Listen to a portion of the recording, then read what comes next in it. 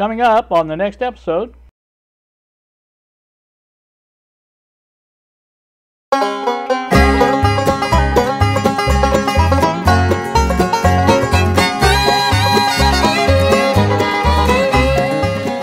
Well, good Sunday evening to you all, YouTube. It is 10:34 now in the evening.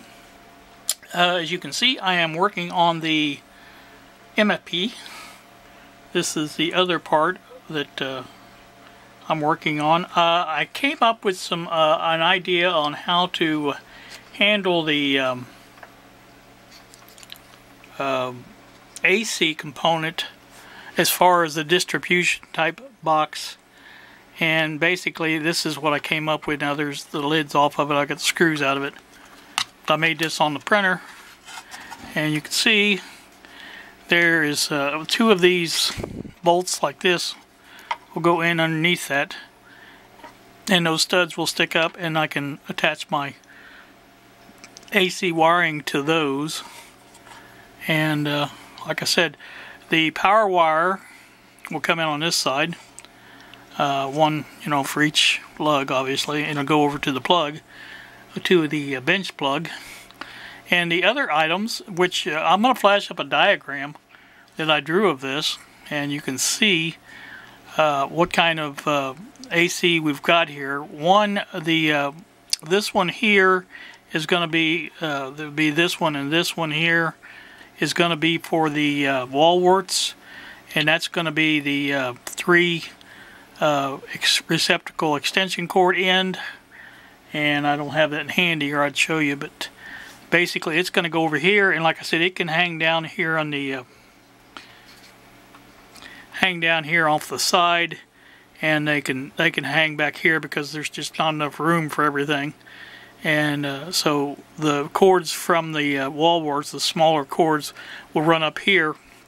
Now I do believe I'm going to put the low voltage power distribution part up here, and I've got the of course the board's not complete yet, but I mean still that's where I'm going to put it. I think it's right there, and that will give me access. It's not quite in the middle, but it's pretty close to the middle, especially if I run it long ways like this, which I probably will. So that's what that is. Now these middle ones here, for these two here, will come right to here. Now these will solder on to pins 1 and 2 of the transformer. Oh, I take that back. They'll actually go to a switch on the panel. One will, and one will go directly to the transformer. And the switch can turn the switch on and off. And these wires here are the ones for the output.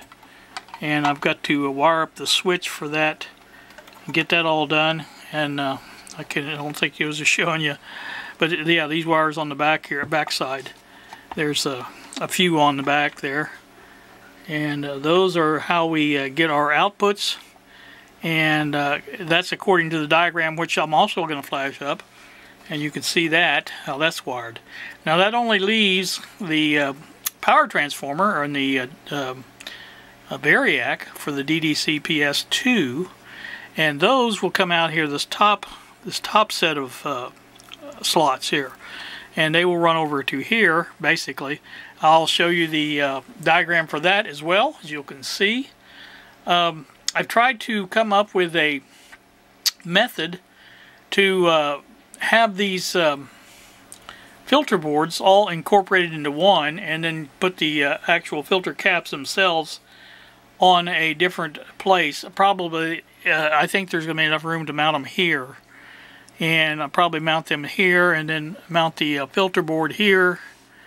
And like I said, that should give me all the room I need as far as everything is concerned. This distribution board, now so there's another thing, I can do it over here as well. There's plenty of room over here. There's nothing here. There's the DMM is over here, but there's still going to be a lot of room over here underneath that. So that's a possibility as well. Now, like I said, that's going to handle all the hookups. I think I'm probably forgetting something, but you know me, I'll remember at the last minute, and then I'll have to scramble trying to get everything lined back up again. But anyway, I thought I would bring you along and show you that I am working on this. And again, this the diagram for this DDC PS2, I'll flash that back up again. If you'll notice the switch, I reassigned the switch letters, terminal letters, I guess I would say, as the four. I call them either centered or common, whichever one you call that for the switch. And C answers both of them, so it's 1, 2, 3, 4, C. And then, of course, the switches themselves are A and B on each one, so you got 1A, 1B, 2A, 2B, so on and so forth. So that's how I came up with that. Now, that's going to be basically a pluggable thing, or not pluggable. It will be tied to the switch itself, and the switch will be connected by one nut, obviously, on the panel. And so if I need to do something on that, all I have to do is undo the switch, and that whole panel will be able to be removed. It does connect to this part over here, any of the AC parts. There is connectors for that. So it will unplug completely from that, and that leaves, just like I say, the whole thing is completely separable, modular, whatever you want to call it. And that way, this is separate. The variac is separate. The switch and the filter board is one piece, but separate from the rest. So I'm trying to keep this thing as modular as I can, to where if I have to work on it, I don't have to take the whole thing apart. And that's the biggest thing. Now, the other thing that I don't have completely lined out is the volt and amp meter for the DDC PS2. As you can see there on the diagram, it just says goes to volt negative and volt positive. Now, I don't have all that worked out as far as the winding is concerned. Not winding, but the connectors are concerned, because there is a connector for each one of those, and I've got to come up with the proper way of doing that. And so those will be a little more complicated, but I didn't include those because this is just the generalized thing that I wanted to go through to get this, straight in my mind. I like to see something on paper or on the computer, or whatever you want to call a diagram, that I can look at and see, oh, okay, this is how it's wired. If I just depend on my brain, my feeble brain, which you guys, excuse me, you guys know, it's not very good.